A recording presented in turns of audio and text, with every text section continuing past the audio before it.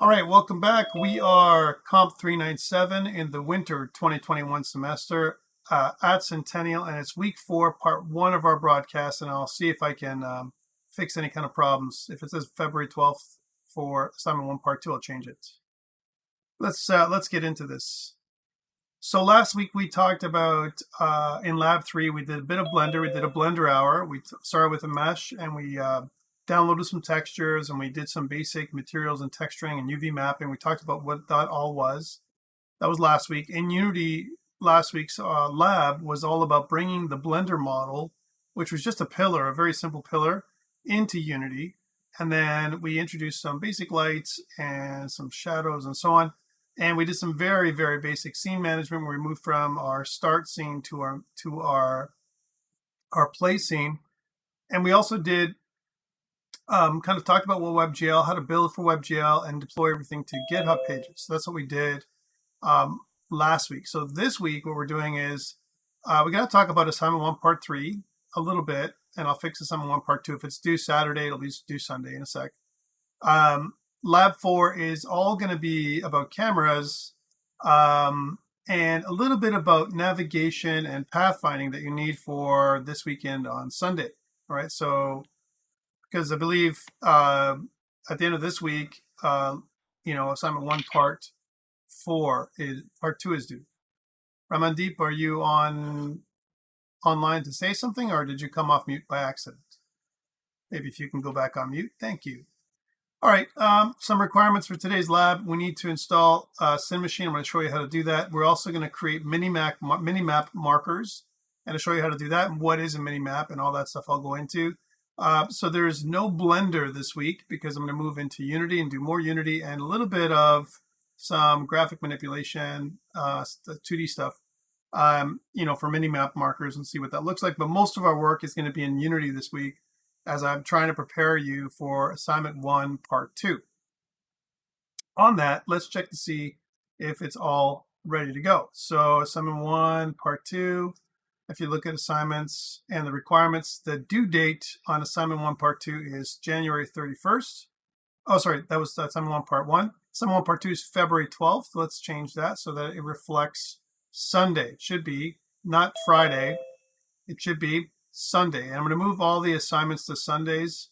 I think it's a good plan to give you guys extra time, especially the people on Fridays who have our regular time together.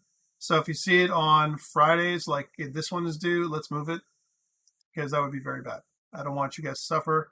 And the extra couple days, I know it always helps. So let's move that to Sunday at midnight, and then maybe a couple days extra, just in case you need it. All right, so that is assignment 1, part 2. That's when it's due. I just wanted to update that. The document may say something different. It might say, it's due on Friday, but you follow the due date that's here on eCentennial. That is the final due date. I'm always going to make that the one that's due on eCentennial. I like the fact that I give you more time, but it is Valentine's Day. And I know some people don't like that because they're getting together with some special friends, whether it's virtual nowadays or whether it's for people who live together in person. I apologize about that. I'm just trying to give you some extra time, not trying to take up that holiday. As a reminder, just because we're sitting at where we are, let's take a look at our schedule one sec before we move on. So we're sitting at, actually it's week 4 is what it should say. Our arrow should be down here. We're sitting at week 4, and next week is really officially, during this time frame, it is Family Day. So normally our recording that happens next week at this time, which will be on, we're not actually physically in class during that time. However, what I will try and do is still broadcast as early as I can. If it's not Monday, it'll be Tuesday or something like that, because I want you guys to have as much time as possible throughout the week to be able to do your lab. Again, the lab I probably will make do on Saturdays going forward, because I've got some feedback that you need more time. And for the people that are on Fridays, it's, that are there, that's your official slot. You only have a little bit of time, meanwhile everyone else has the whole week. So I'm just going to make it so that it's Saturdays, and that'll be good. So that is our schedule. So we're still in class next week, so there's not It's not like we're off the whole week or something, just the Monday on the 5th week. So we won't meet physically together, but I will probably produce some kind of video, and I will make an announcement to that degree, next week, early next week, and let you guys know what's going on. Okay, so that is what's happening week 5. Okay, so that way you're not blindsided. But next week we won't physically meet together during this time frame, although I may produce something asynchronously for you guys. All right, so that is, and we'll still meet on Fridays for people who are meeting me on Fridays to answer questions and so on. I'll still be, of course, available during that time frame. Okay, so that is week 4 and week 5. Let's get back to what we're doing today. So we're doing all this stuff. It sounds like a lot, and it is, but we're going to break it down into step-by-steps on how this is all done. Things that are due. So Lab 4 officially will be due this Saturday at midnight. And again, just to go in there so you guys can see that this is all changed. If you look at Lab 4, which right now is disabled, I'm glad to see some of you are doing the labs. I also see some of you have not done the labs for different reasons. But again, this will be due, we're sitting at week 8 right now, and this will be due, so Saturday the 13th, we'll say at midnight. Okay, so that's when it's due, and it'll have the same end date. So there's no extensions or a little bit more time or anything like that. It's because it's a lab, it's really supposed to be done during your time frame, the time that you have here. That's the official, the way it's officially supposed to be done. So that is the way we're keeping it for now. But more or less what you're doing with the labs is you follow in class and you submit, the things I asked you to submit for the lab. Usually the labs have a value of about 1% of your final grade in that range. And again, it's individual, and the submission requirements that you normally have is, so the instructions are, just so to write this down, you follow the instructions, follow the instructor, that's me, in class. So it's almost like an in-class exercise is what you want to try and do. And then from a submission requirements perspective, and most of you got this right, what you want to do is you submit a working link of your GitHub folder. Okay, that's what you need to do, or GitHub repo is what I meant. And then as well as one or more screenshots of the of your Unity interface, your Unity interface, which may include WebGL, deployments. So that means like things like, you deploy it to WebGL, which is going to be on the web. All right, so that's what I'm looking for. It's not that difficult for you to get full marks on this stuff if you follow along, or even if you do it asynchronously and you're not physically here during this time frame. It's designed so that way you can get it done. It's not supposed to be harrowing. And what I mean by that is like a terrible experience. You're supposed to just get it done. It's supposed to help you when you do it.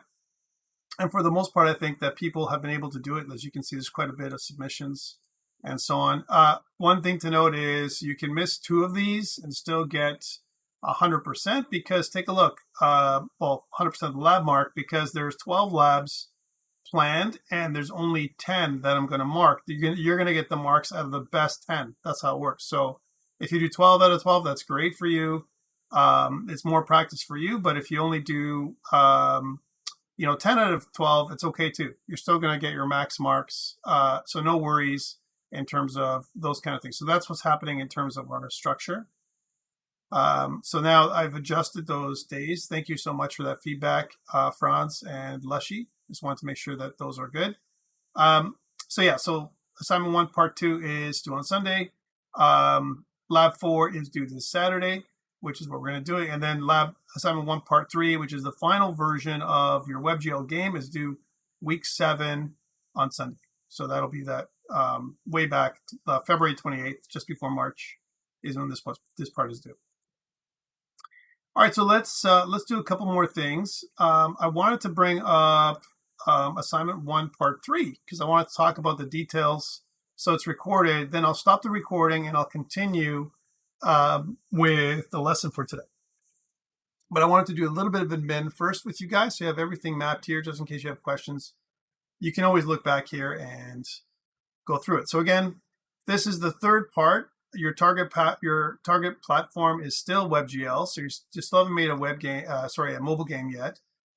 What you're going to be doing is you're going to continue to add logic to the assets and UI elements you acquired or created in assignment 1 part 1 and modified in part 2. So it's going to be a continuation of assignment 1 part 1 and 1 part 2. Okay.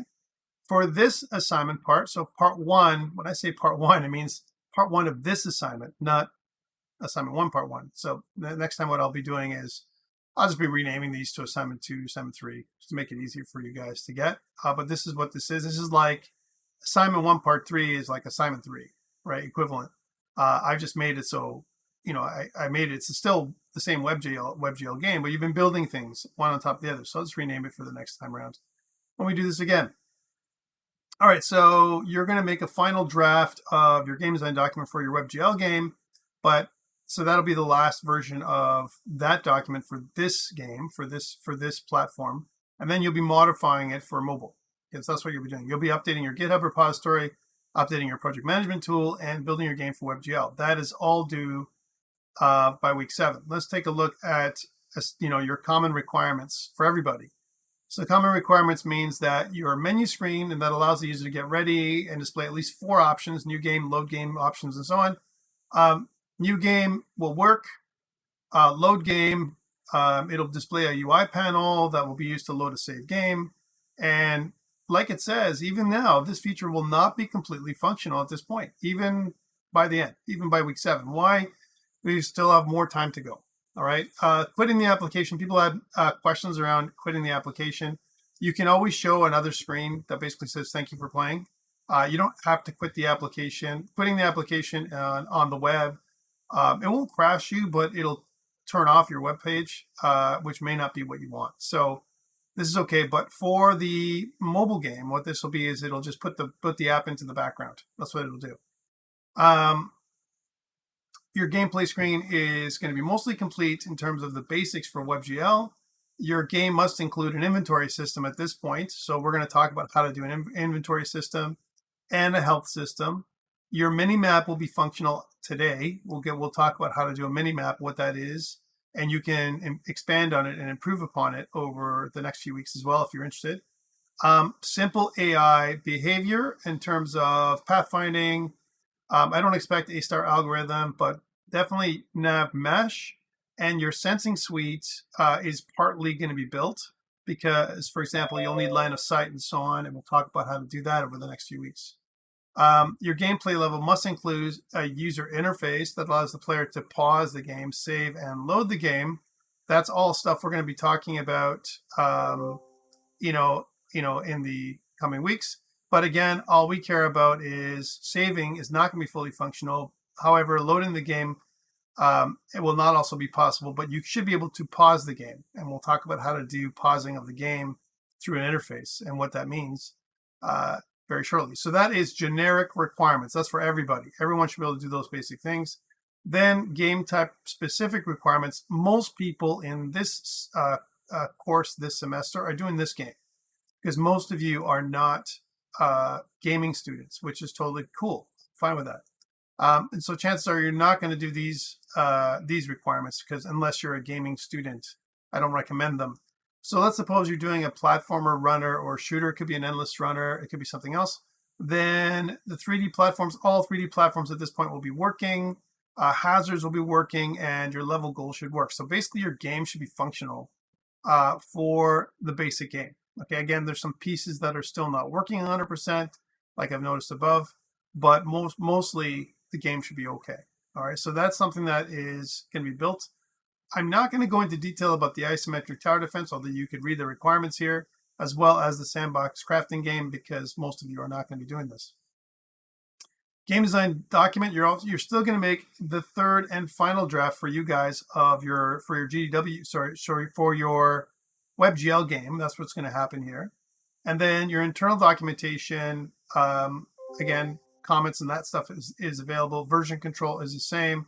A demo video is the same. Nothing's different there. But one thing that's changed with your submission requirements is this part, which is you must basically make your game work on WebGL. So I'm looking for a link to your WebGL live site. on, again, you can make it so it's on, some people have done it on itch.io.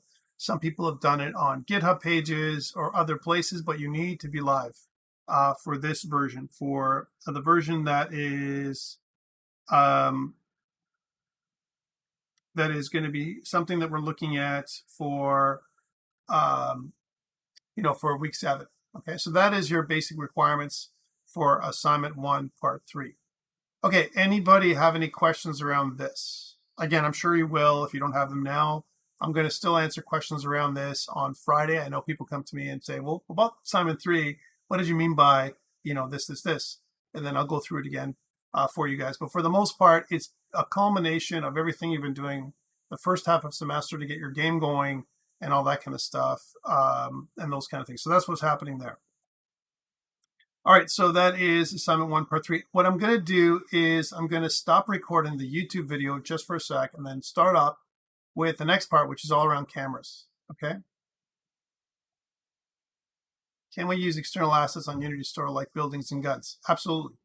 Yeah, I don't expect you to make anything on your own, Eric. If you want to, you can. If you're a gaming student or if you're someone who's interested in making some unique assets, certainly. But if you want to use external assets, as long as, I got to make this proviso, as long as you don't use the scripting from the assets you download, I'm expecting you to do your own scripting for most of the stuff, then you're okay. If there's something that makes sense, or if it's something that's combined with the asset and it's there's specific use and you can't decouple the scripting or something like that, then please discuss it with me and I'll clarify if it's okay or not. But for the most part, if it's just an asset, 3D asset, sounds, 2D assets, anything like that, you can totally get them from the asset store. That's totally allowed. All right. And as you move towards more and more flexibility in your game. Okay, I'm going to stop recording this on YouTube and then we'll get back with the lesson.